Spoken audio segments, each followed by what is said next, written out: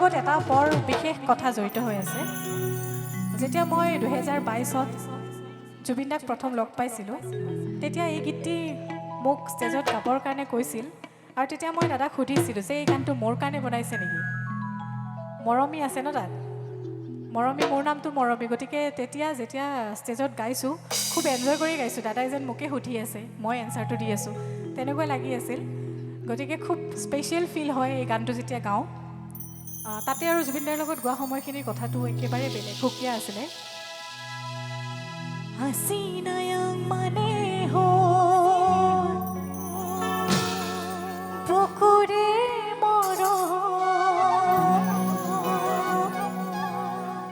তুমি যদি বুঝি পোয়া মরেছে নাকি।